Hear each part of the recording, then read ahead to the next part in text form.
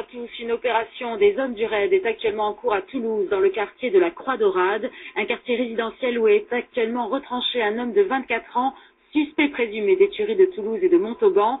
Le forcené se revendiquerait d'Al-Qaïda. Des membres de sa famille auraient été interpellés dans un autre quartier de la ville. Gabriel Garcia. À 3 heures du matin, les forces du raid ont bouclé ce quartier pavillonnaire de Toulouse. Dès leur approche, l'homme soupçonné d'être le tueur de Toulouse et Montauban a ouvert le feu. Le suspect recherché depuis plus d'une semaine serait retranché dans un petit immeuble de cette rue, au premier étage, ici à droite. Nous avons joint par téléphone une des voisines réveillée en sursaut. J'ai été réveillée il y a 20 minutes à peu près. Il y a des policiers en bas de chez moi, c'est tout ce que je vois, et des coups de feu qui sont tirés. Je suis un peu terrorisée là. Je suis toute seule chez moi, donc c'est un peu le stress. Dans le premier assaut, 2 policiers sont blessés, un au genou et l'autre à l'épaule. S'ensuit une période de négociation pendant laquelle l'homme se revendique d'Al-Qaïda. Par le passé, il se serait rendu dans les zones tribales entre Afghanistan et Pakistan. Le lieu de l'intervention se trouve à seulement 4 km de l'école dans laquelle a eu lieu la fusillade de lundi. Plusieurs interventions seraient en cours à Toulouse.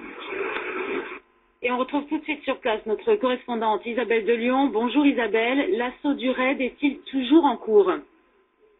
Oui, bonjour Sophie. L'assaut, en effet, est toujours en cours. Donc, pour l'instant, il s'agit aussi de négociations pour essayer d'interpeller ce suspect, donc qui est en effet retranché, armé, qui tient un discours très belliqueux.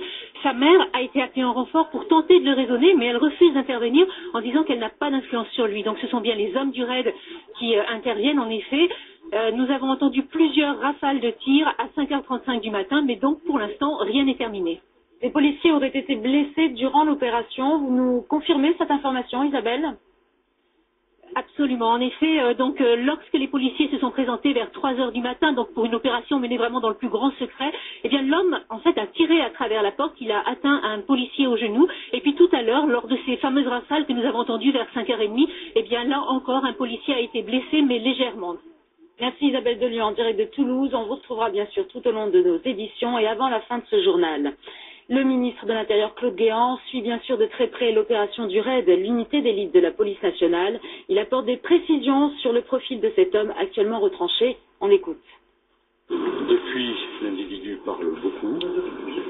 Il se revendique d'être un moudjahidine, d'appartenir à Al-Qaïda et d'avoir voulu venger des enfants palestiniens en même temps que d'avoir voulu s'en prendre à l'armée française compte tenu de ses interventions à l'extérieur. Actuellement, des contacts ont lieu avec lui afin de l'inviter à se rendre. De temps en temps, des échanges de coups de feu ont lieu. J'ajoute que le frère du suspect, peut-être monsieur le procureur du coupable présumé, peut-on dire même, le frère du coupable présumé a été également interpellé voici quelques instants. Et Audrey Goutard nous a rejoint sur ce plateau. Bonjour Audrey. Bonjour. Claude Guéant a apporté des précisions sur le profil de cet homme. On en sait désormais un peu plus. Oui, on sait déjà que c'est un Toulousain. Donc c'est un habitant des environs de l'école. On sait que c'est un délinquant. C'est un homme qui est connu pour braquage. Donc il est déjà connu, hein, oui, il a un lourd passé de délinquant, un lourd passé de braqueur, ce qui explique d'ailleurs sa connaissance des armes. Ce qu'on sait également, c'est qu'il était connu aussi des milieux islamistes de la région. Donc on peut dire d'ailleurs que c'est comme ça que les policiers ont pu remonter doucement jusqu'à lui. Voilà, jusqu'à lui. Il se revendique d'Al-Qaïda.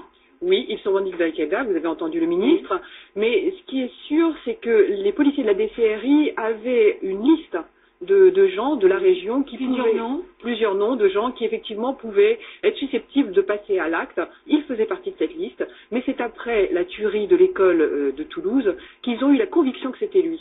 Parce qu'effectivement, par le biais de la téléphonie, ils ont pu remonter jusqu'à lui et ils ont eu la certitude qu'il avait fait des repérages autour de cette école. On dit qu'il qu'il s'est entraîné dans des camps en Afghanistan, à la frontière avec le Pakistan. Tout à fait. Et d'ailleurs, c'est pour ça que les policiers de l'antiterrorisme le connaissaient. C'est que c'est un homme qui, visiblement, d'après nos informations, a fait plusieurs voyages en Afghanistan, au Pakistan. C'était un converti, C'était un musulman, mais récemment converti à l'islamisme, et effectivement, il a récemment fait savoir qu'il était prêt à passer à l'acte auprès de son entourage. Merci beaucoup, Audrey. On vous retrouvera bien sûr.